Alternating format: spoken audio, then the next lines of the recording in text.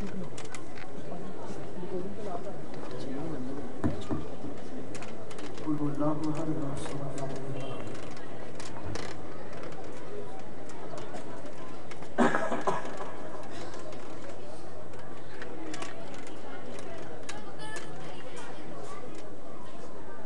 الفاتحہ کا ثواب سرکار محمد علی محمد شہدائے کربلا سید کربلا علیہ السلام کل ارواح انبیاء کل ارواح مرحومین سب کی شان میں ہدیہ کر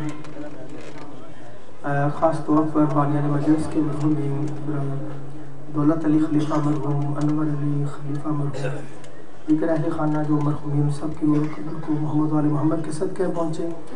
جن برادران کے لیے جو ہے وہ ساتھ دعا شامل کی گئی، جملہ مومنین محمدیہ امن کمیٹی کے جو ہمارے برادران ہیں ان کے مرحومین کی روح قبر کو، برادر جو کاظم رضا شیخ ہیں ان کے والد مرحوم، اذان کمیٹی کے جو چیئرمین شکیل ان کے والد مرحوم، اغذ الفقار اور جو برادر طاہر وفا کا درد ہیں، ان دونوں برادران کی والدہ جو مرحومین ہیں ان کی روح قبر کو، برادر محمد ظہر جو شاہ صاحب ہیں کے محمد علی محمد کے صدقہ میں جو بیمار ہیں اسے سے سلامتی عطا فرمائے. اور جن جو دعا کے لیے کہا تو بلا سب کی دعائیں قبول و منظور فرمائے. شجاعت نقوی صاحب، انتظار زیدی، تنویر نقوی، علی معظم نقوی سب شامل دعائیں، مولا سب کی دعائیں قبول و منظور فرمائے. محمد علی محمد کے صدقہ میں صلوات پڑھ لے.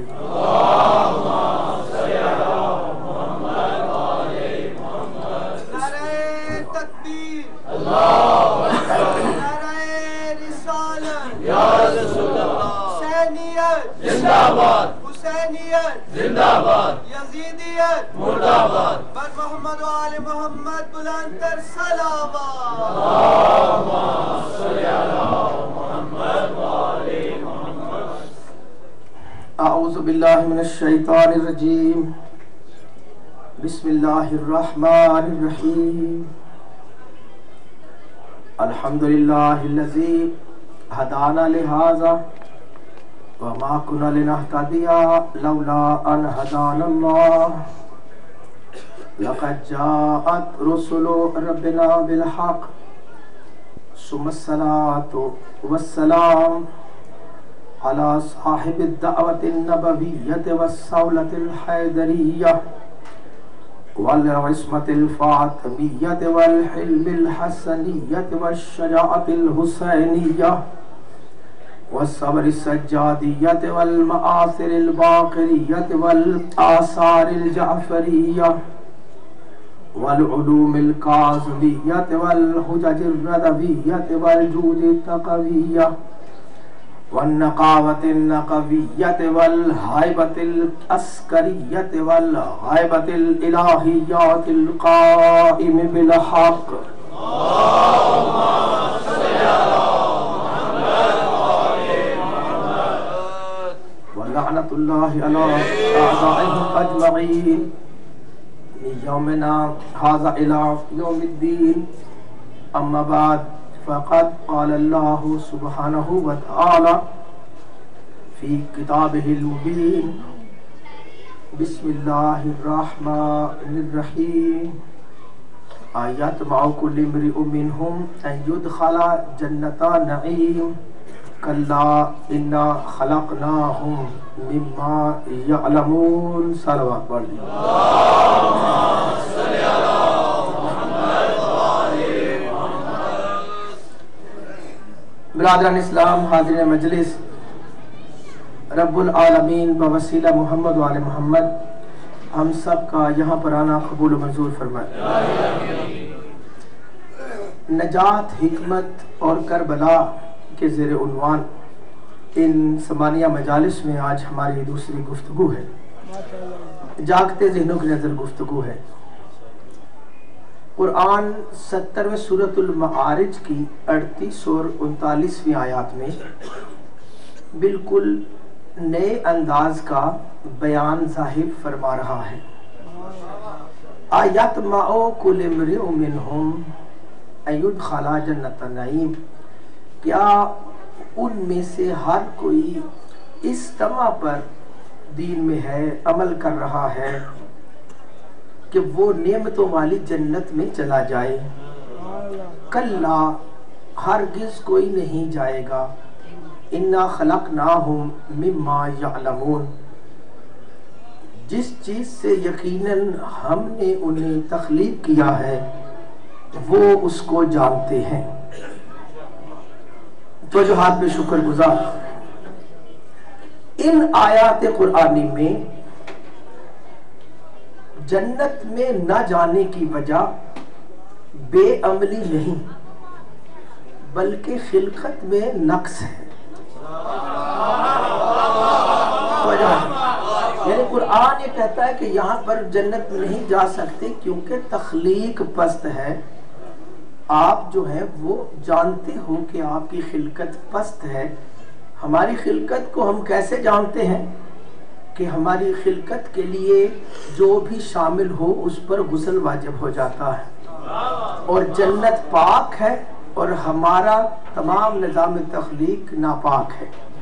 تو جو ہاتھ چاہیے.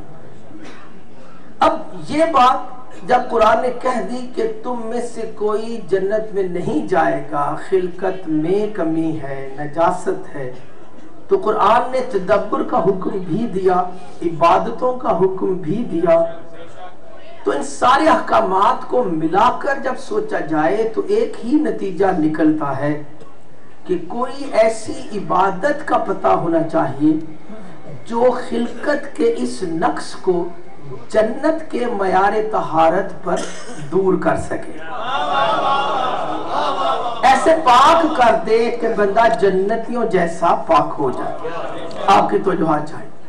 دیکھیں جب بھی گفتگو کرتا ہے کوئی آدمی نظریہ پر تو اس سے مراد پہلی بنیادوں کے اوپر کانٹا لگا کر تو ختم کرنا نہیں ہوتا.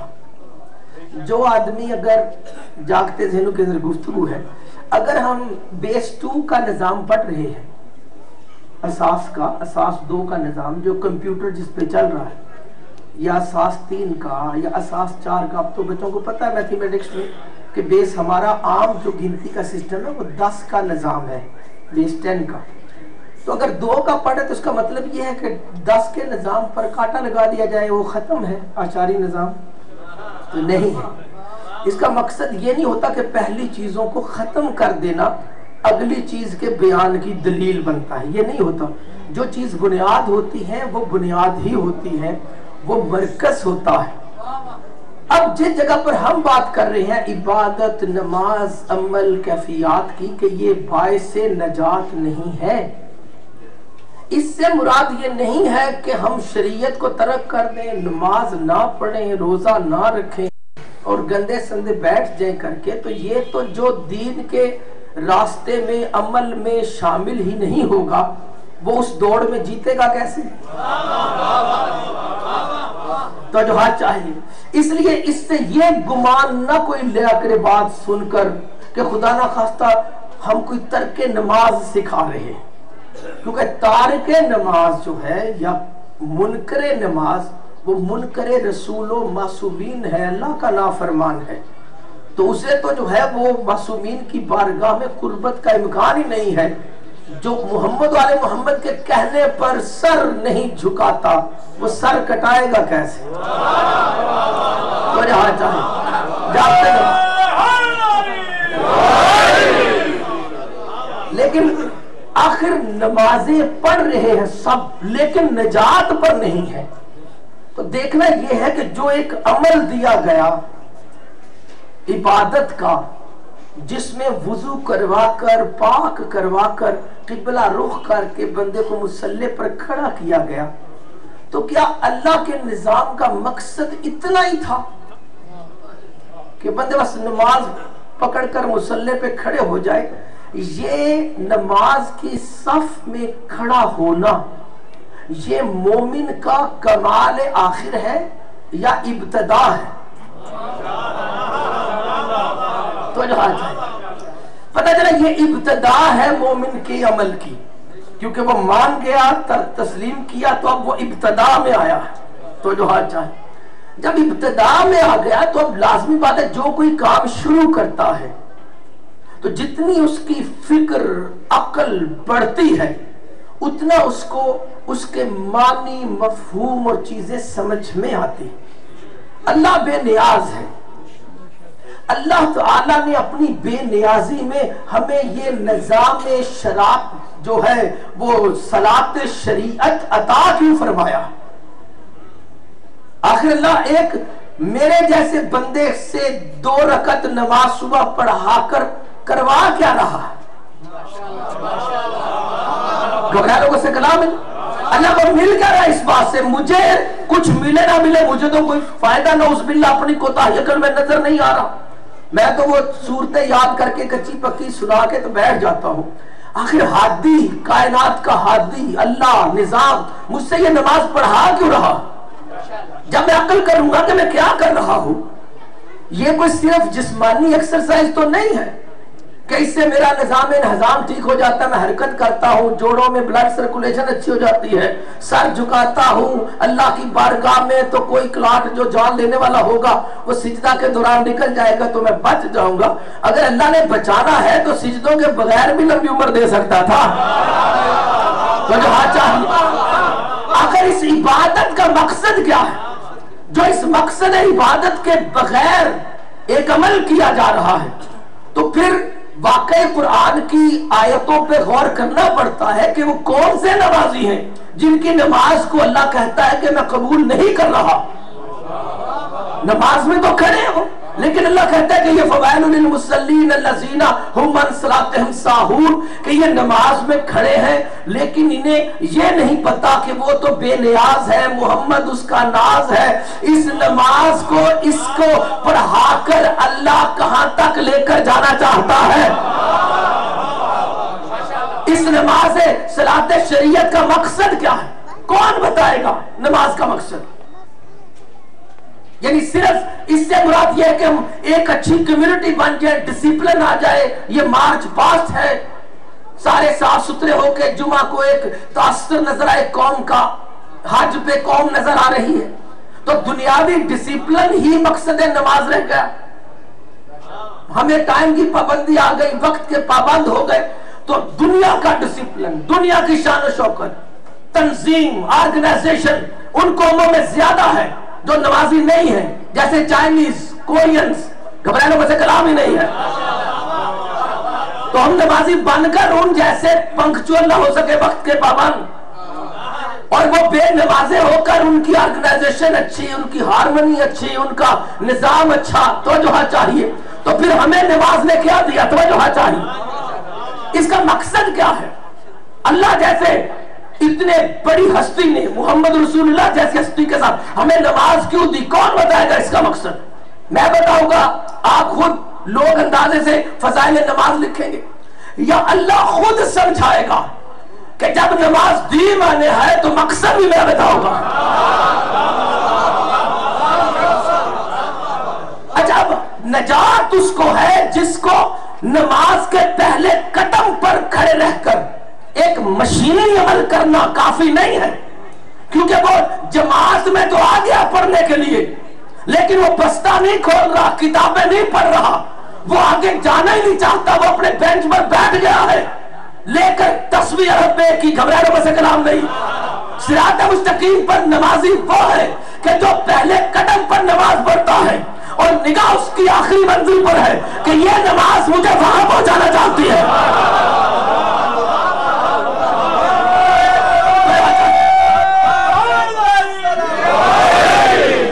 آپ کی توجہ پہ شکر گزار.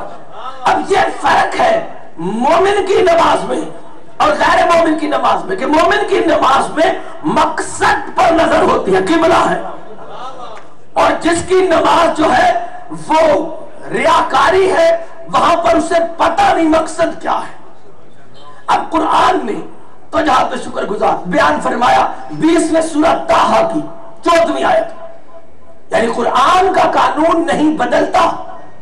جب سے اسلام ہے، اللہ کا دین ہے، ان الدین عند اللہ الاسلام، اللہ کا دین اسلام ہے. 3 سورہ عمران کی 19ویں آیت. اور انبیاء ایک ہی دین لے کر آئے لیکن امتوں نے ان کے ناموں سے اسلام کو منسوب کیا، تو کبھی دین ابراہیمی کہلایا، دین موسوی کہلایا، دین عیسوی کہلایا، دین محمدی کہلایا، لیکن ہے یہ ایک ہی دین اسلام. سے لے کر قیامت تک اسلام اس کا قانون نہیں بدلا، تو جہاں پہ شکر گزار، اور اس قانون میں مقصد عمل نہیں بدلا۔ ہر نبی نے نمازیں پڑھی، توجہ چاہیے، لیکن ان کا نفاذ جیسے ہوا اس میں فرق ہوگا، لیکن پڑھی سب نے۔ اور قرآن نے اس مقصد نماز کو قرآن میں بیان اس لیے کیا تاکہ ہم قرآن پڑھنے والوں کو نماز کا مقصد سمجھ میں آ جائے۔ سورۃ طٰہٰ کی 14ویں آیت، موسیٰ علیہ السلام سے کہا اقم الصلاۃ لذکری، موسیٰ نماز قائم کرو میرے ذکر کے لیے۔ یہ قرآن کا حکم، اللہ کی طرف سے حکم ہے۔ مقصد نماز کیا ہے؟ اللہ کا ذکر۔ ہر اس آدمی کی نماز نماز ہے جسے اس مقصد کا پتہ ہوگا کہ میری نماز کا مقصد ہے اللہ کا ذکر۔ تو جہاں پہ شکر گزار، اچھا اللہ کا ذکر طے کر لیا کہ اللہ کا ذکر نماز کا مقصد ہے۔ جب ہم اس پہ غور کرنے لگتے ہیں، کیونکہ قرآن ہے، تدبر ہے، حکمت ہے، متشابہات ہے، عقل کے ساتھ قوانین بتائے گئے ہیں، دشمنوں سے بچا کر مومنوں تک پہنچائے گئے ہیں، تو اس میں بڑی حکمت ہے، راز کی باتیں ہیں، اور حکمت والا ہی نجات پا سکتا ہے۔ تو جو چاہیے جاگتے دنوں کو کلام کرتے ہیں، تو اب کہا ذکر کے لیے، اللہ کے ذکر کے لیے نماز۔ تو میں کھڑا ہوا اللہ کے ذکر کے لیے نماز شروع کروں تو کیا کروں؟ اللہ کا ذکر میں کتنی مرتبہ اللہ اللہ کہتا ہوں نماز؟ تو جہاں چاہیے اللہ اکبر کہہ لیا۔ اچھا اللہ اکبر تو کہہ لیا، اللہ کا ذکر سے مراد کیا ہے؟ اللہ کے اسماء الحسنی۔ ابھی لوگوں کو اسی میں تو وہم ہوتا ہے کہ جی اللہ کے نام لے، یا قہاروں کی تسبیح کریں یا غفاروں کی تسبیح کریں، رحمان رحیم مالک قدوس سلام مومن محمد عزیز جبار متکبر، اللہ کے کتنے نام ہیں، ذوالجلال والاکرام، اللہ کا اسماء الحسنی 99 نام۔ کوئی مسلمان بتائے نماز میں اللہ کے کتنے نام لیتا ہے؟ میرا فکر نام ہی نہیں ہے۔ تو جہاں چاہیے جاگتے نہ کرم اللہ اکبر، نعرہ حیدری، جاگتے ہوئے ذہنوں کی گفتگو ہے۔ ہمیں پتا ہے، سب جانتے ہم کہ یہ آل محمد کے ماننے والے، ہم آپس میں عام باتیں نہیں کرتے، ہم وہ باتیں کرتے ہیں جو کئی لوگوں کو مرنے کے بعد بھی نہیں ملیں گی۔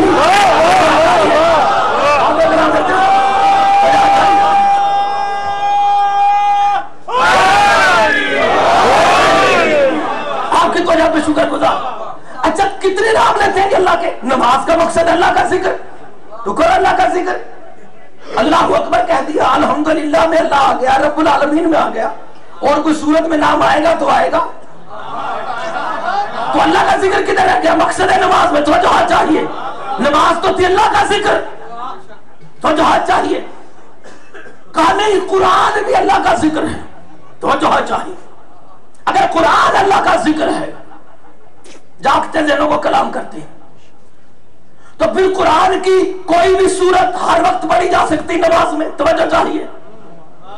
قرآن اللہ کا ذکر ہے، جاگتے ذہنوں کو کلام کرتے ہیں، لیکن جو بھی نماز پڑھنے والے ہیں ہم دیکھتے ہیں، کبھی کسی نے تبت یدا نماز میں پڑھی نہیں پڑھی، کبھی یسألونک عن المحیض پڑھی، توجہ چاہیے، نہیں پڑھی۔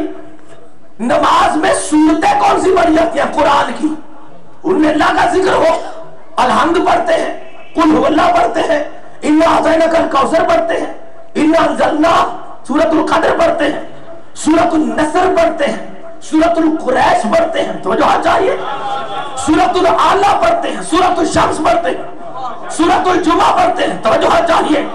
یہی صورتیں پڑھتے ہیں، جاگتے ہیں، کرام کرتے ہیں۔ مومنین جو ہیں جمعہ کی دوسرے رکعت میں سورۃ المنافقون پڑھتے ہیں، یہی صورتیں پڑھی جاتی ہیں۔ الحمد پڑھی ہے، سورۃ الکوثر پڑھی ہے، سورۃ العصر پڑھی ہے، جتنی بھی صورتیں پڑھی، جا کے مفسرین سے پتہ کرو یہ صورت اللہ کی شان میں ہے یا بندوں کی؟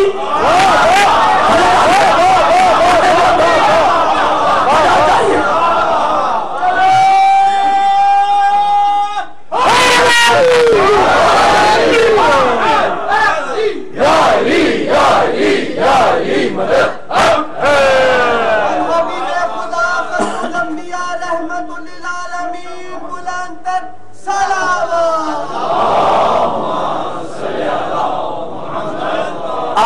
کے شکر گزار، اللہ اکبر۔ دیکھیں جب قرآن کی سورتوں پر غور کریں گے نماز میں پڑھی جانے والی، تو ایک ایک سورت کے لیے تفسیریں موجود ہیں۔ سورۃ الحمد اللہ کا راستہ نہیں ہے، سورۃ الحمد محمد والے محمد کا راستہ ہے۔ سورۃ العصر حسین کے سجدے کی قسم ہے۔ سورۃ الکوثر حسین کے خاندان کی شان ہے۔ سورۃ النصر حسین کے نظام مدد میں علی کے آ جانے کا نام ہے۔ سورۃ القدر امام مہدی کے ظہور کا نام ہے۔ سورۃ الجمعہ مرکزیت محمد والے محمد کا نام ہے۔ سورۃ المنافقون ان کے دشمنوں پر تبرہ کا نام ہے۔ اللہ اکبر، توجہ چاہیے۔ کوئی بھی سورت جو پڑھ رہے ہیں قرآن کے نظام میں، اس کا مقصد تو اللہ کے بندے ہیں۔ تو نماز شروع کرتے ہیں تو رسول کے حکم پر، نماز کی نیت کرتے ہیں تو رسول کے حکم پر، نماز میں رخ کرتے ہیں تو علی سے منسوب کعبہ کی طرف، نماز میں تسبیح کرتے ہیں تو محمد والے محمد پر درود کر کے نماز کو ختم کرتے ہیں تو آل محمد کے رسالت کی گواہی دے کر اور نماز کو ختم کرتے ہیں تو ان کے نانا کی بارگاہ میں سلام کر کے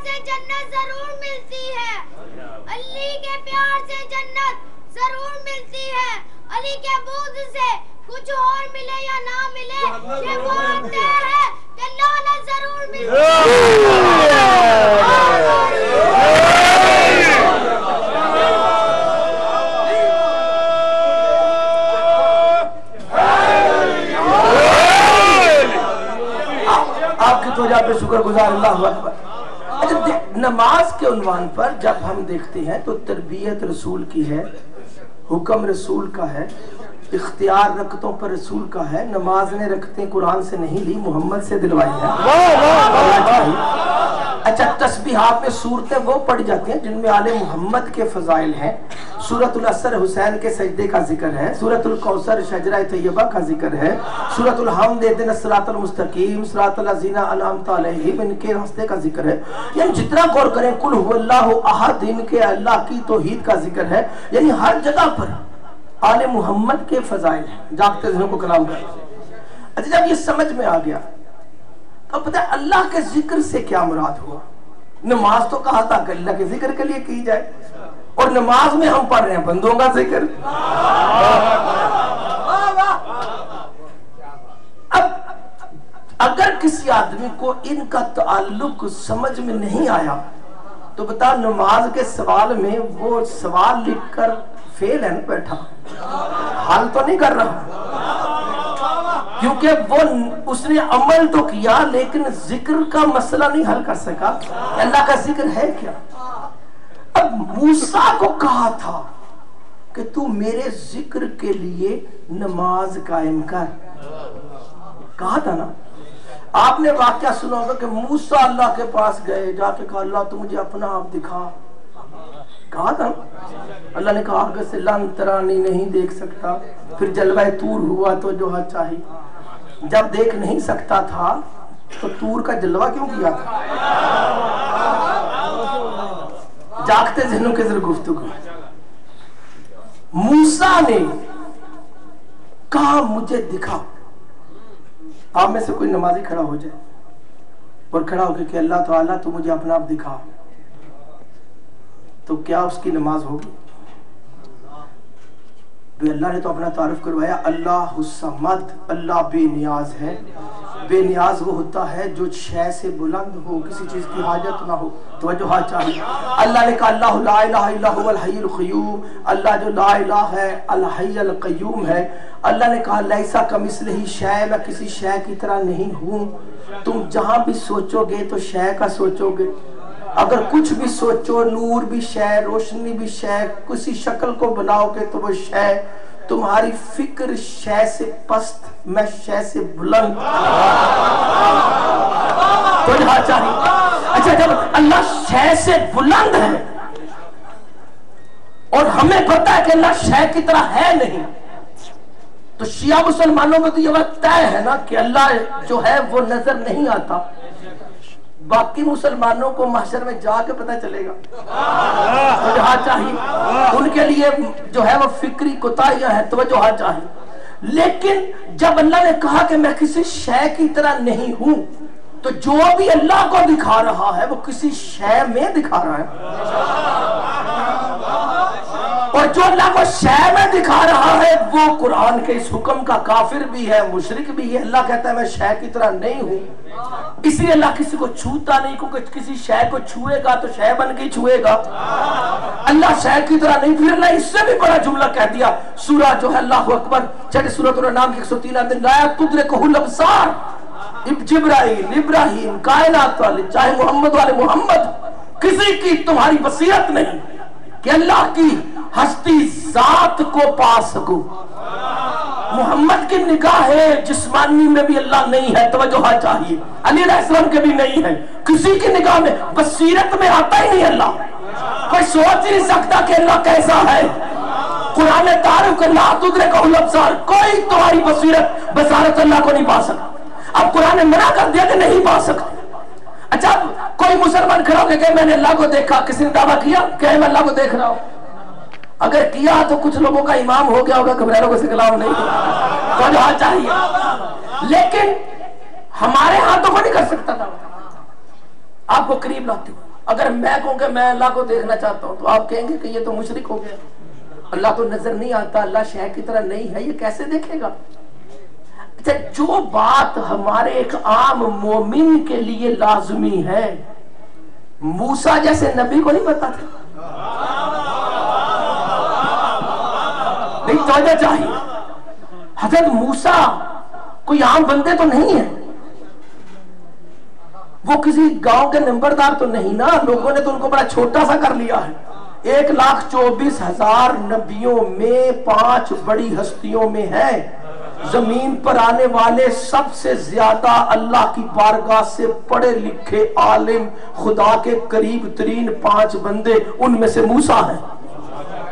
عام ہستی نہیں ہے, نبی ہے, تورات جیسی کتاب کے وارث ہیں, معجزات والے ہیں. موسیٰ وہ ہیں جو ماں کی گودی میں پہچانتے ہیں حلال کیا ہے حرام کیا ہے. وجہ چاہیے, جاگتے دلوں کو کلام کرتے ہیں. بھئی دور تو نہ بیٹھے میری گفتگو میں توجہ ہے نا, جاگتے دلوں کو کلام کرتے, کیونکہ جیسا ماحول آپ کا میں آپ کے قریب آ کے بات کر رہا ہوں.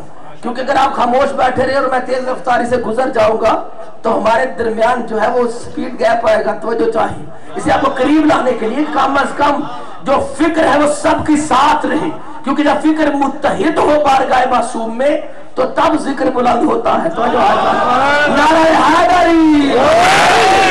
دیکھیں پھر سوال جاگتے دلوں کی نظر, موسیٰ کوئی عام بندے نہیں ہے, فطرت میں نبی ہے, توحید کی معرفت رکھتے ہیں, ماں کی گود میں حلال حرام پہچانتے ہیں, معجزے والا نبی ہے, اللہ کی رحمتوں برکتوں والا ہے, ہر دور میں ہدایت توحید میں ہے. تورات جیسی کتاب, 5 بڑے انبیاء میں اتنی بڑی ہستی, اسے نہیں پتا کہ اللہ نظر نہیں آتا. لیکن موسیٰ جا کے کہہ رہے اللہ تم مجھے دکھا. موسیٰ نے کیوں کہا؟ موسیٰ علیہ السلام نے ایسا کہا تو اللہ خود سے کیوں نہیں ہوا؟ جاگتے میرے وہ کلام کرتے. دیکھیں یہ مجلس ہے جہاں قرآن کے راز کھولے جاتے ہیں. یہ عام لوگ نہیں پیش کرتے, یہ ہمارا محمد والے محمد کا تمسک ہے جو مومنین کی عقلوں کو قرآن کے ویسے قریب کر دیتا ہے کہ کسی جگہ پر بیٹھے ہوئے ہزاروں سال کے پڑھے لکھے عربی دان, مدرسے کی معرفت رکھنے والے, ان کے خیالوں میں بھی نہیں ہوتا کہ ان چیزوں کا مقصد کیا ہے. یہ ہوتے عارفین قرآن جو مجلسوں میں آتے ہیں. توجہ چاہیے, جاگتے ذرا وہ کلام کرتے ہیں. موسیٰ نے کیوں کہا اللہ تو مجھے اپنا آپ دکھا؟ موسیٰ نبی ہے, نبوت کا عقیدہ توحید بلند ہے, اللہ شے کی طرح نہیں, جو سامنے آئے گا شے ہو جائے گا. موسیٰ کیوں کہہ رہے میرے صحابہ کو بھی دکھا؟ تو چاہیے کیوں کہہ رہے ان کو بھی دکھا؟ اللہ اکبر. موسیٰ کو نہیں پتا, میں نے سمجھانے آیا ہوں کہ وہ شے کی طرح نہیں ہے. اب قرآن کی آیتیں پڑھیں تاکہ موسیٰ کا سوال سمجھ میں آئے. 20 سورۃ طٰہٰ کی 11 12 13 14 آیتیں توجہ چاہیے. فَلَمَّا آتَاهَا نُودِيَ يَا مُوسَىٰ. جب موسیٰ قریب آیا پکارا گیا اے موسیٰ.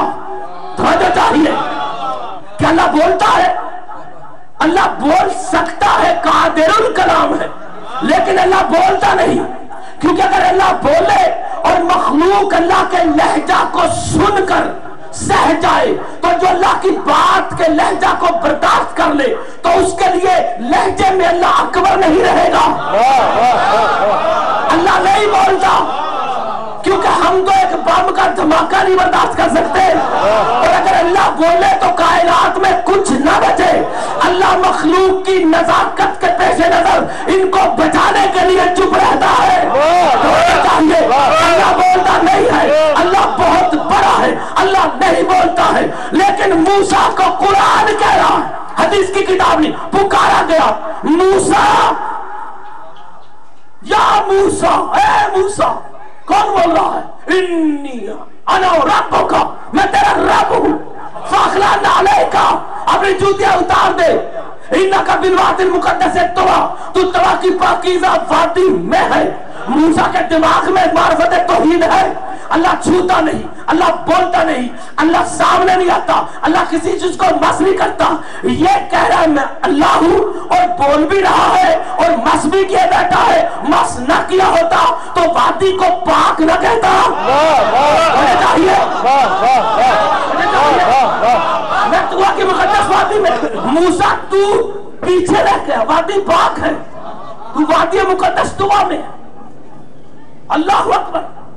انا اخترتک فاستمع لما یوحیٰ, میں نے تجھے چن لیا ہے, غور سے سن جو میں نہیں کرتا ہوں. اگلی آیت اس سے بھی بلند ہے. اننی انا اللہ, یقیناً میں ہی اللہ ہوں. لا الہ الا انا, میرے علاوہ کوئی اللہ ہے ہی نہیں. میں ہی اللہ ہوں, میرے علاوہ کوئی اللہ ہے. فاعبدنی, میری عبادت کر.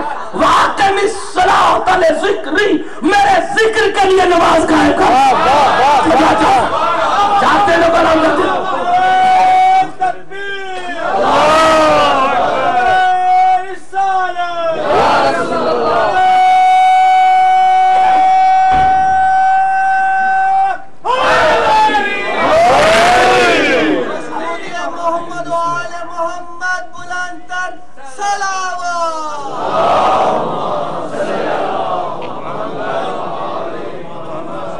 آپ کی توجہ پہ شکر گزار اللہ ہوں.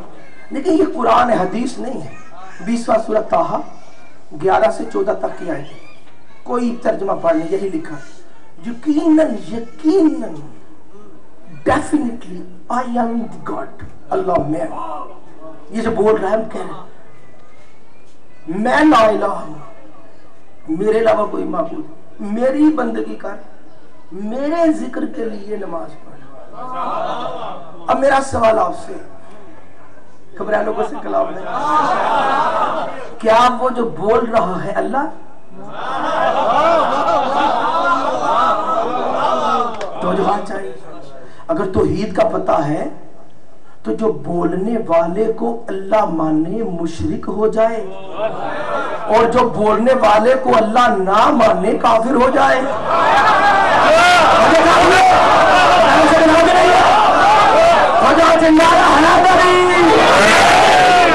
اللہ اکبر. تو جو چاہیے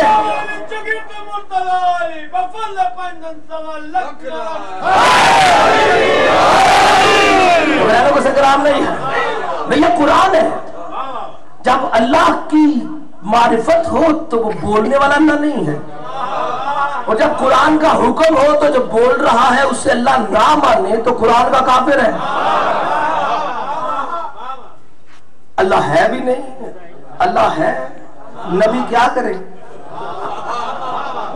گھبرائلوں سے کلام ہی نہیں ہے. نماز پڑھنی اس کے لیے جو کہہ رہا ہے میرے ذکر کے لیے نماز پڑھ. موسیٰ کو پتا ہے کہ اللہ چیز کی طرح نہیں ہے, لیکن موسیٰ کو یہ پتا چل رہا ہے جو بول رہا ہے اس کی اہمیت اتنی ہے کہ نماز اسی کے لیے ہوتی ہے. جاگتے لوگ کلام کرتے ہیں.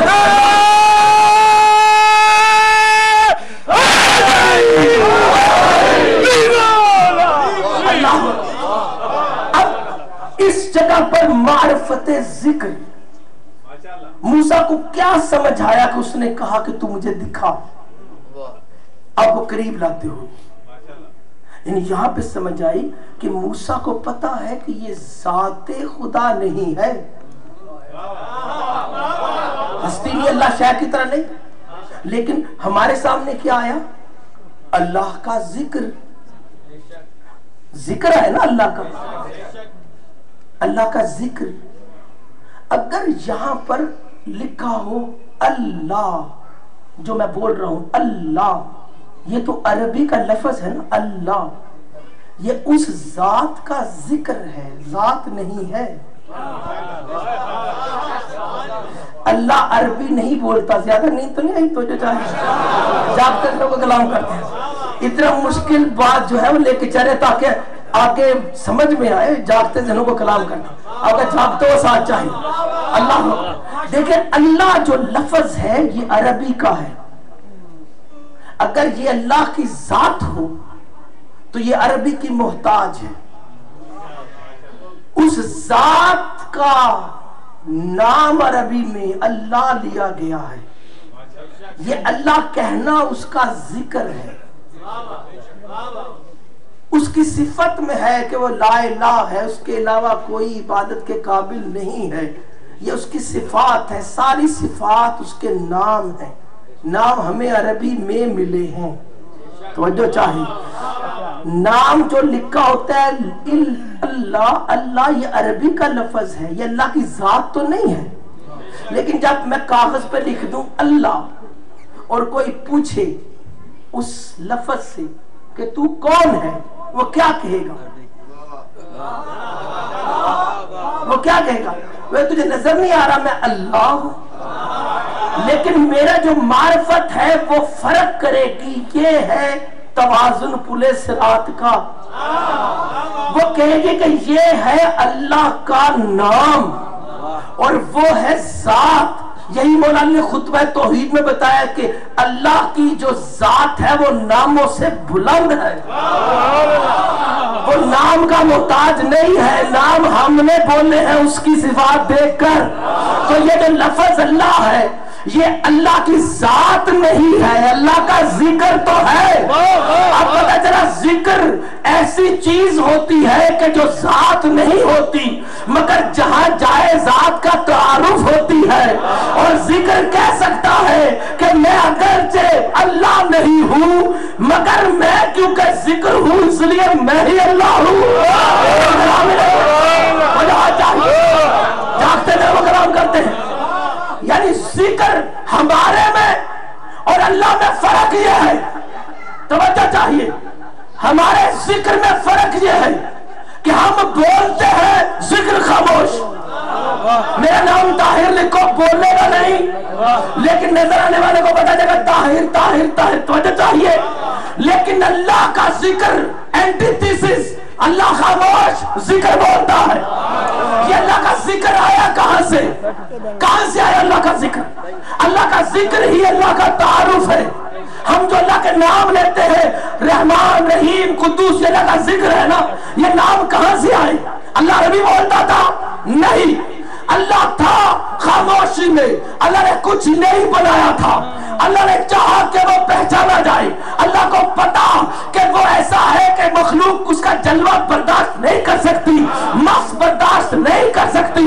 اللہ چھو گیا مخلوق نہیں بچے گی. اللہ نے اس کمال پر چاہا کہ اللہ پہچانا جائے. تو کیا ہوا جب اللہ نے کہا پہچانا جائے؟ یعنی اللہ کو کوئی ذکر کرے. اللہ جو چاہتا ہے ہو جاتا ہے.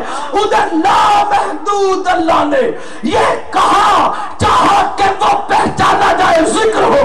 تو ہر مقام توحید سے ذکر شروع ہو گیا. اللہ رحمان رحیم قدوس جبار. اللہ نے نگاہ کی تو ایک نور جلوہ گر تھا. حکم خدا کے تحت جہاں جہاں خدا کا اثر وہاں وہاں نور جلوہ گر لامحدود نور. اللہ نے اس نور کو دیکھا جو اللہ کا ذکر کر رہا تھا. وہ کیسا نور ہوگا؟ وہ بدصورت ہوتا، وہ برا ہوتا، وہ عام ہوتا. اللہ نے دیکھا وہ حسین نور تھا. ہم تو آتش بازی کو دیکھ کر خوش ہو جاتے ہیں، رنگوں کو واہ واہ کرنے لگتے ہیں. اللہ نے اس نور کو دیکھ کر واہ واہ کرنا شروع کر دی. یہ اللہ کی واہ واہ کو عربی میں محمد کہتے ہیں.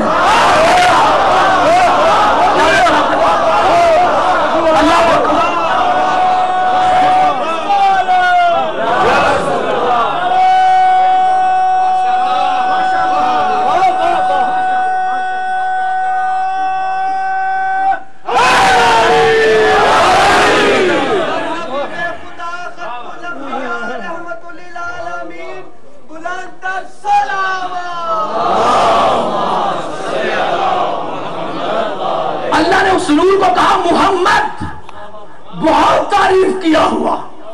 یہ نور کیا ہے؟ یہ ذکر خدا کے لیے ظاہر ہوا ہے. اللہ کا ذکر یہ نور ہے. اس نور نے نام بولے اس ذات کے توجہ چاہیے. اس لیے قرآن نے نور محمد کو ذکر کہا ہے. قد انزل اللہ الیکم ذکر رسولا. پیسے سورۃ الطلاق 10ویں آیت. یقیناً اللہ کی طرف سے رسول بن کر اللہ کا ذکر نازل ہو گیا ہے. ذکر رسول بن گیا ہے. یہ صرف نبی نہیں ہے، یہ صرف بندہ نہیں ہے. یہی تو وہ نور ہے جو ذکر خدا ہے. ہمیں جو عربی میں لفظ ملے اللہ رحمان رحیم، اللہ عربی نہیں بولتا، یہ اس ذکر کی زبان عربی ہے. محمد نہ بولتا تو کسی کو پتہ نہ چلتا کہ اس غائب کی ہستی کو اللہ کہتے ہیں. جبرائیل نے محمد کو اللہ نہیں دیا، محمد نے جبرائیل کو اللہ سکھایا. اب اللہ کا ذکر ہے وہ نور اول، نور محمد. اللہ نے اس کی تعریف کی، لیکن اللہ نے اس نور کو اکیلے نہیں ظاہر کیا کیونکہ ذکر کافی چاہیے تھا. اللہ چاہتا صحیح پہچانا جائے، کمال پر پہچانا جائے، اس لیے اللہ نے ایک نور سے 14 محمد کر دیا. جاگتے دیر وہ کلام کرتے ہیں. اب وہ نور اول نور محمد اور اس کا ٹکڑا اول نور علی. احمد بن حنبل اہل سنہ کا امام، انہیں رسول کی حدیث نقل کی اپنی مسند میں. رسول نے فرمایا انا وعلی من نور واحد قبل ان یخلق الدنیا ب40 الف سنہ، کہ میں اور علی اس تخلیق کے کائنات سے 40,000 سال پہلے ایک نور سے اللہ کی بارگاہ میں تسبیح کرنے والے تھے. خدا چاہیے یہ زمانے کے بعد نہیں، یہ زمانے سے پہلے. توجہ چاہیے. اب پتا چلا کہ اللہ نے ان کو وقت کا محتاج نہیں رکھا، یہ وقت سے بلند ہے، اس لیے اللہ نے وقت کو ان کے 12ویں کی امامت میں دے دیا تاکہ دنیا کو پتا چلے جن کا 12واں وقت کا امام ہو ان کا پہلا کتنا بڑا ہوگا.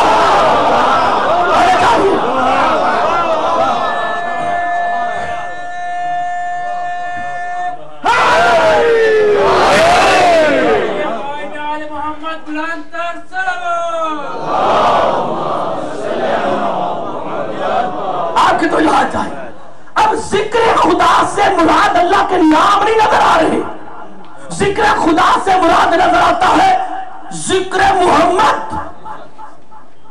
موسیٰ کو پتا ہے کہ یہ ذکر بن کے آیا ہے، یہ اللہ نہیں ہے، بندہ ہے. ایک ایک ترجمہ کرنے والے نے موسیٰ کے کلام کرنے والے کو لکھا کوئی فرشتہ تھا، لکھا اللہ نے کسی چیز میں پتا اللہ نہیں تھا.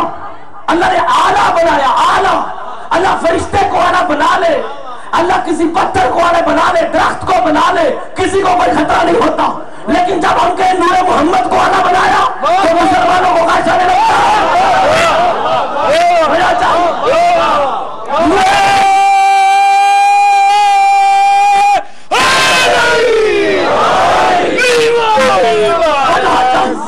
کی باتیں ہوئی. اگر ہمیں سمجھ آ جائے نماز ہے ذکر خدا کے لیے، ذکر خدا نام نہیں، ذکر خدا کی حقیقت میں محمد ہے، اس لیے درود بھی ذکر خدا ہے، اس لیے کلمہ بھی ذکر خدا ہے. اللہ نے کلمہ میں محمد کو اتنا قریب کر لیا اور کہا لا الہ الا اللہ محمد رسول اللہ. اللہ نے اپنے اور محمد کو بلا فصل رکھا. کوئی یہ نہ کہے کہ محمد اور اللہ کے درمیان قرآن نہیں ہے، قرآن ہے نہیں ہے. محمد اور اللہ کا ذکر بلا فصل، قرآن نہیں، نماز نہیں، عمل نہیں. جس نے لا الہ کو مان دو بلا فصل محمد کو مانے. محمد کا ذکر اللہ کا ذکر ہے.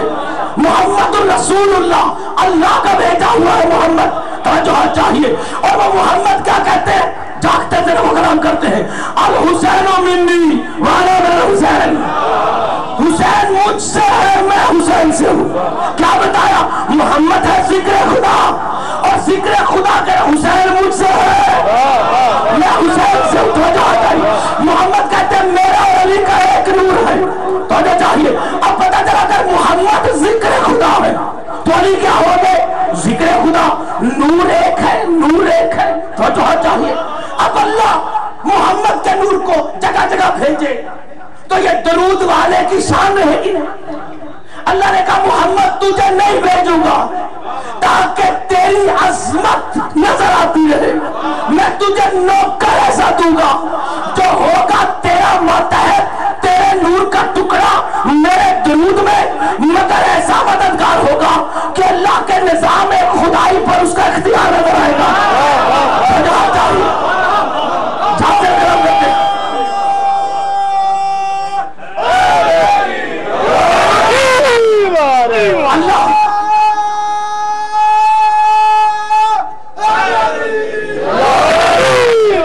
آپ کی تو جب بھی شکر گزار.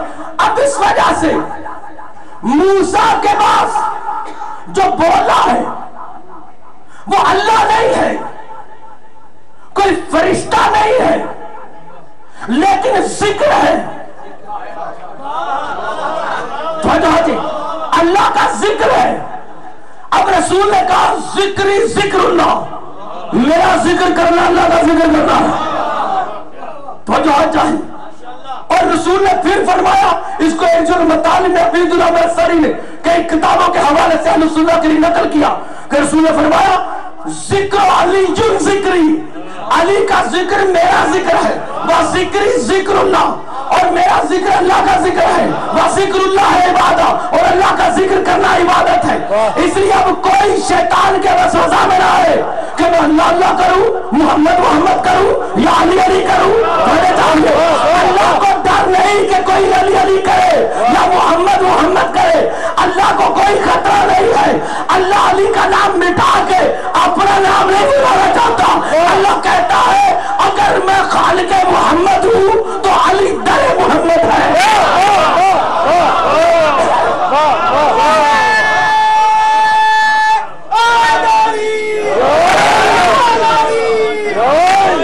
علی کا نام لینے سے دل کو سکون ملتا ہے اور انہی کے در سے حق کا قانون ملتا ہے.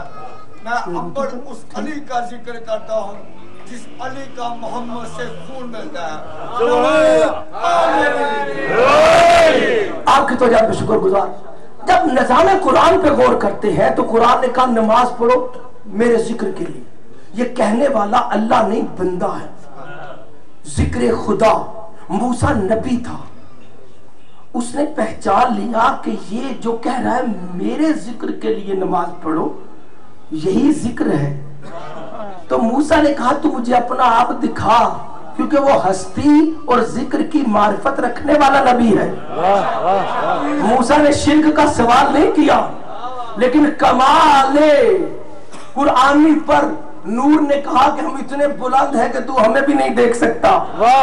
تو جہاں چاہیے موسیٰ نہیں دیکھ سکا تھا کہ نماز کا ذکر کون ہے. جاگتے ذہنوں کے اندر گفتگو موسیٰ نہیں نہ دیکھ سکا. یہ کریمی محمد 100 آدمیوں کے لیے بات ہے ہی نہیں.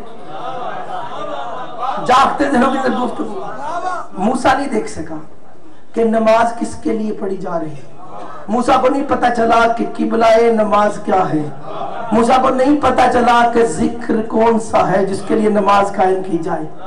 لیکن اگر محمد جیسا ہادی آیا ہو اور اتنی بڑی ہستی زمین پہ موجود ہو، لوگوں کو نمازیں پڑھائے، عمل کرائے، تو کیا محمد جیسی بڑے ہادی پر لازم نہیں آتا کہ کم از کم اپنے ساتھی نمازیوں کو تو دکھا جائے کہ وہ ذکر کون ہے جس کے لیے نماز قائم ہوتی ہے؟ رسول دکھا کے جاتے ہیں نا کون ہے وہ اللہ کا ذکر جس کے لیے نماز پڑھی جا رہی. گھبرائے لوگوں سے کلام نہیں. اس لیے رسول پاک نے پہلے 15 سال نماز نہیں پڑھائی اور پھر 2 ہجری سے 6.5 سال نماز پڑھائی. جب 6.5 سال نماز پڑھتے پڑھتے 22ویں سال تبلیغ میں رسالت آ گئی تو نمازیوں کے تلفظ کمال کے، فکر کمال کی، عبادت کمال کی، مسجد نبوی بھری ہوئی، واجب نماز ہو رہی. رسول پاک سجدہ میں ہے کہ نیت رسول نے ذکر خدا کو حسین بنا کر مسجد میں بھیجا.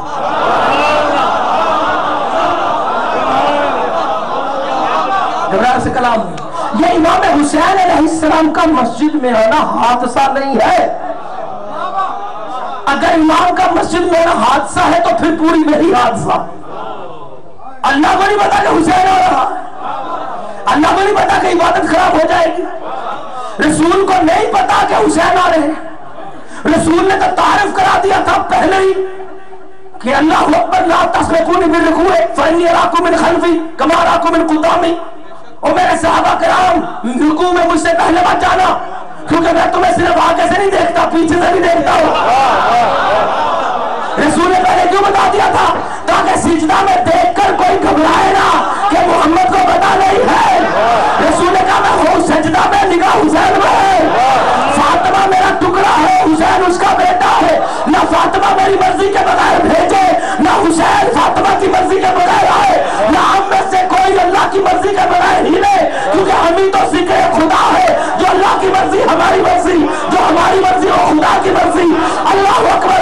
اس لیے مرضی خدا کے قافلے نے حسین کو مسجد میں بھیجا اور حسین نمازیوں سے گزرتا ہوا ان کو ذکر خدا کا مس دیتا ہوا ذکر خدا کے قبلہ درود محمد کے سجدہ پہ آ گیا.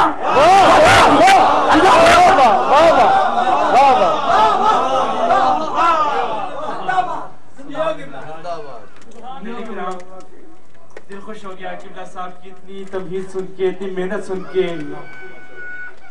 میں نعرہ لگواؤں گا لیکن اس نعرہ کا آپ نے اجر یہی پہ مانگ لینا ہے کہ پروردگار اس نعرہ کا اگر کوئی اجر ملے تو اس کے صدقے میں ہمارے مولانا صاحب کو صحت و تندرستی والی عمر عطا فرمائے.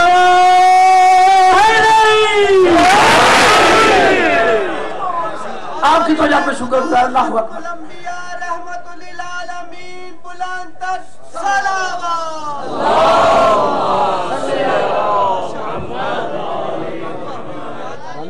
آپ کی توجہ پہ شکر گزار.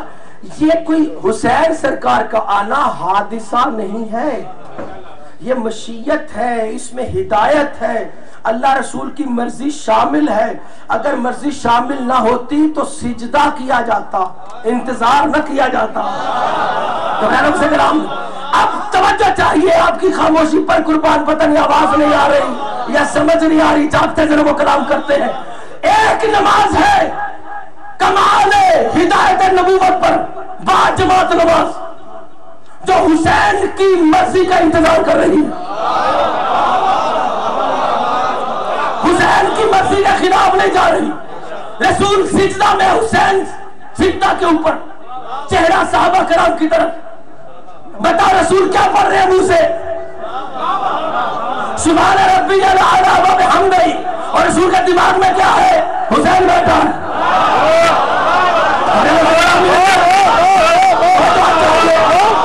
محمد کی ایک نماز تاریخ کی 20 کتابوں میں لکھی، تاریخ قادری کی کتابوں سے لے کر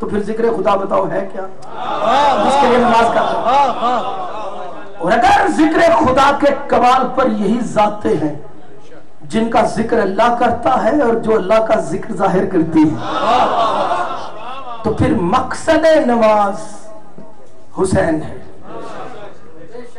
تو یہ نجات اسی کو ہے جو عمل کو قبلہ آخر تک مانے. یہی میں نے کل بھی عرض کیا تھا کہ حر نمازی تھا مگر مقصد نماز کا پتہ نہیں تھا. لیکن جب حسین کی بارگاہ میں آ گیا انقلاب کیا آیا؟ مقصد پا گیا تھا. تو جو ہاں چاہیے تو نجات اسی کو ہے جو مقصد پر نگاہ رکھے. اللہ اکبر. اور اسی وجہ سے آل محمد کے ماننے والے ان کے لیے یہ اعزاز ہے نجات کا کہ ان کی نگاہ میں مقصد جلوہ گر ہوتا ہے. اگر عمل کر لیں تو یہ ان کے لیے دینی دنیاوی شان کا باعث ہے. اور اگر حالات اجازت نہ دیں، حالات ذات نہیں، ذات کی سستی تارک عمل کو نافرمان کر دے، اگر حالات اجازت نہ دیں تو پھر بھی کیونکہ مقصد پر نگاہ ہے اس کی شفاعت محمد والے محمد کرنے والے. اور اس شفاعت کو پانے کے لیے اور اپنے مقصد تخلیق کو ظاہر کرنے کے لیے ہم مجلسوں میں آئے. اور یہی درس ہمیں کربلا والوں نے دیا. کربلا کی ایک روایت میں نے ابھی بیان کی ایک جگہ پر کہ کربلا کا کوئی شہید حادثتاً نہیں تھا. اس لیے حضرت عبداللہ بن جعفر طیار کو کسی نے تانا دیا، سیدہ زینب کے جو شوہر ہیں، کیا آپ کیوں نہیں گئے کربلا میں؟ تو عبداللہ جو ہے ان کے چہرے کا رنگ سرخ پڑ گیا اور کہا اسے دیکھ کر میرا نام شہیدوں کی فہرست میں نہیں تھا. اس پر مدینہ میں بیٹھے لوگ پوچھنے لگ گئے، کہا عبداللہ کیا آپ کو سارے شہدائے کربلا کے نام پہلے سے پتا تھے؟ تو عبداللہ نے کہا صرف مجھے نہیں، ہمارے پورے خاندان کو ایک ایک شہید کی ماں کا بھی پتا تھا، باپ کا بھی پتا تھا، خاندان کا بھی پتا تھا. کربلا عام بچے نہیں آئے، کربلا بڑے بڑے دعاؤں والے بیٹے پہنچے. کربلا عام جگہ نہیں ہے. بس عزادار حسین یہ کربلا جو اللہ اکبر درسگاہ نجات ہے، سجانے کے لیے حسین زمین کا سرمایہ ایمانی اکٹھا کر کے لے آئے تھے. روایتوں میں موجود ہے کہ جب بی بی شہر بانو جو کہ یزدجرد شاہ جو ہے اس کی بیٹی تھی، ایران فتح ہوا حضرت عمر رضی اللہ تعالی عنہ کے دور میں، تو آپ جو ہیں وہ یہ 36-37 ہجری میں 36 ہجری یہ مدینہ میں آئے. 100 کنیزیں ساتھ تھیں. حضرت علی علیہ السلام کو پتہ چلا کہ ایک شہزادی آئی ہے، تو روایتوں میں سے کہ حضرت علی خود استقبال کرنے کے لیے پہنچے. اللہ اکبر. اور آپ نے اس بی بی کا نکاح سرکار حسین علیہ السلام سے کیا، بی بی شہر بانو کا، کیونکہ بی بی حضرت فضا کی طرح مومنہ دعائیں کرنے والی نیک اجداد کی وارثہ بن کے خاندان نبوت کی غلامی کے لیے آئی. لکھا کہ جب انہیں در علی ملا نا بی بی کو، تو بی بی نے اس خوشی میں آتے ہی اللہ اکبر 10 کنیزیں آزاد کر دی. 100 کنیزیں تھیں. اور اس کے بعد جب امام حسین علیہ السلام سے شادی ہوئی تو 40 کنیزیں آزاد کر دی. اور جب سید سجاد دنیا میں تشریف لائے، امام کی والدہ بنی، تو آپ نے جو ہے وہ اس میں 49 کنیزیں آزاد کر دی. ایک بچی تھی جو بی بی کے پاس تھی کنیز، اس کا نام تھا شیریں. یہ بی بی کے پاس رہی اور حسین علیہ السلام کے گھر میں بڑی ہو گئی. بس عزادار حسین اہل بیت کی غلامی کرتی رہی. اسے پتا چلا کہ یہ جو شریف ہیں یہ زمین کے لوگ نہیں ہیں. شیریں نے آخر شاہی خاندانوں میں پھرنے والی بچی تھی. جب شیریں بڑی ہوئی تو امام کے حکم سے امام حسین سرکار نے کہا کہ شیریں کی جو ہے اب شادی کر دی جائے. عزادار جب سنا نا تو شیریں رونے لگ گئی تھی کہ مولا حسین سرکار مجھ سے کوئی غلطی ہو گئی جو اب میری شادی کرنے والے ہیں. اس بی بی شیریں کی موجودگی میں سید سجاد دنیا میں آئے اور امام سجاد سے خاص پیار کرنے والی. لیکن جب امام حسین علیہ السلام کے حکم سے بی بی کی شادی طے کر دی گئی تو شیریں بڑی روئی اور کہا کہ مولا مجھے اس بارگاہ سے دور کیوں کیا جا رہا ہے. امام حسین نے اسے تسلی دینے کے لیے ایک جملہ کہا تھا. کہا شیریں تو شادی کر کے شام کی طرف جا، تو اپنے شوہر کے گھر میں رہ، ہم تیرے مہمان بنے. اللہ کہ ہم تیرے مہمان بنے. بس عزادار حسین روایتوں میں ایسے لکھا ہے. کہا وقت گزرتا گیا، یہ شادی ہو گئی تھی امام حسن علیہ السلام کے دور میں. 18 سال گزر گئے. شیریں کو پتا چلا حسین سرکار کے گھر ایک اور بیٹا آیا ہے، علی اکبر نام رکھا گیا. پتا چلا قاسم آئے حسن کے گھر کے، اللہ اکبر، ان کا پتا چلا. اسی طریقہ پر خبریں لے کر شیریں تحفے اکٹھے کر کے رکھتی رہی کہ میرے مولا نے آنا ہے. یہ ہے اللہ اکبر سید سجاد کے تحفے، یہ ہے علی اکبر کا، یہ ہے قاسم کا. عزاداروں رجب میں 60 ہجری میں شیریں کو مدینہ سے خبر پہنچی کہ حسین سرکار کے گھر ایک اور شہزادہ آیا ہے، اس کا نام علی اصغر رکھا گیا ہے. شیریں نے تیاری کی، علی اصغر کے لیے تحفے رکھوائے. بے چین ہر وقت دعا کرتی رہے، اللہ اب تو اتنا عرصہ ہو گیا، سکینہ جیسی سید آ گئی، حسین سرکار کی بیٹیوں کا تعارف، ایک ایک کے نام پر تحفے رکھے ہوئے. شام شہر کے باہر ایک پہاڑی کے اوپر اس کا محل تھا. شوہر تاجر تھا، امیرانہ سینکڑوں نوکر تو امیروں کے انداز میں رہ رہی تھی. امام کے حکم کی اطاعت گزار تھی عزادار و شیریں، تو اس لیے جلدی نہیں کی، انتظار کرے، دعا کرتی رہا کرے. بس روایت میں ایسے لکھا ہے کہ آخر جب اللہ اکبر یہ محرم کا مہینہ تھا 61 ہجری کا، کہ شیریں کو وہ دن نزدیک گنتی رہتی تھی کہ اب وہ دن آنے والا ہے جب امام میرے گھر میں آئیں گے. 27 محرم 28 محرم کی تاریخ لے کر وہ انتظار کر رہی تھی کہ امام آنے والے ہیں، امام آنے والے.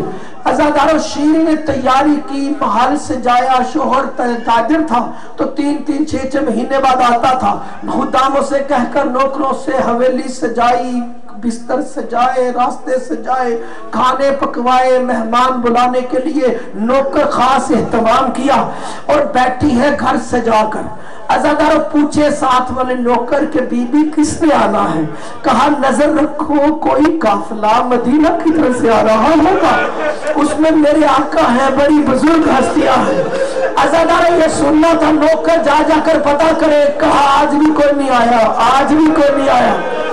عزاداروں آخر 28 محرم کا واقعہ لکھا روایت میں. شیریں انتظار کرتے کرتے کرسی پر پڑے پڑے دوپہر کے وقت آنکھ لگ گئی. ابھی بیٹھی آنکھ لگی عزاداروں تو اچانک جو ہے خواب میں دیکھا کہ ایک کالے برقعے والی آئی ہے اور آ کر کہتی ہے شیریں آپ سو رہی ہو اپنا محل سجا کے اور میری زینب تیرا انتظار کر رہی ہے.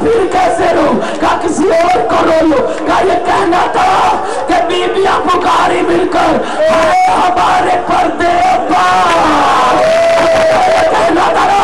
ایک دم شیری نے کہا ارے تو نے عباس کا نام کیوں لیا؟ عباس بھی میرے مولا کا بھائی ہے، کسی اور نام سے رو لو۔ آزادہ نے یہ رونا تھا، یہ کہنا تھا کہ ایک مرتبہ فرمان نے کہا ہائے میرے حسن کے شہزادے قاسم۔ آزادہ نے سننا تھا، شیری نے کہا یہ تم سب کے نام میرے مولا کے بچوں سے کیوں ملتے ہیں؟ تم بتا دو کہ تم کہاں سے آئے ہو۔ آزادہ یہ کہنا تھا، بی بی سیدہ زینب نے کہا ہم سے نہیں، اس بیمار سے پوچھ۔ آزادہ رو قریب گئی، جا کے کہا بیمار ارے تو کہتی بنا ہے، ذرا اپنا چہرہ تو اٹھا۔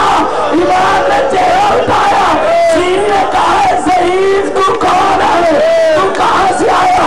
یہ بیبیاں کون ہے؟ ایمان نے کہا شیری تو نے پہچانا نہیں ہے؟ ارے تو نے ہی تو مجھے گود میں دیا تھا۔ کہا کیا تم مدینہ سے آیا؟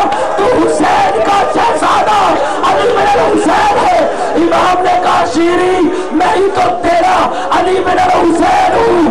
اللہ اکبر، شیری رونے لگ گئی، کہا مولا یہ کیسے ہو گیا؟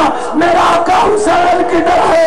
امام نے کہا وہ نوک نیزہ پہ جو سر قرآن پڑھ رہا وہ حسین ہے۔ ارے جس کے کانوں میں رسی وہ میرا چچا پا۔ ارے میں تیرا آقا سجاد، ارے وہ نوک نیزہ پہ لیے کبار، وہ جس کا تو نے جھولا بنایا وہ لیے سلام۔ شیری دیوانی ہو گئی، کہا مولا مجھے بتا کہ تیرے گھرانے کے مرد قتل ہوئے یہ بیبیاں کون ہے؟ کہا شیری ذرا دیکھ تو صحیح، وہ جو سفید بالوں والی وہ زینب ہے، ارے وہ ام کلثوم، وہ سکینہ، ہم نے تجھ سے وعدہ کیا تھا آج تیرے مہمان ہو گئے۔ عزاداروں جس نے اپنے گھر میں آل محمد کو مہمان کرنا ہو وہ اپنے گھر میں مجلس حسین کروائے۔ اللہ لعنت اللہ القوم الظالمین۔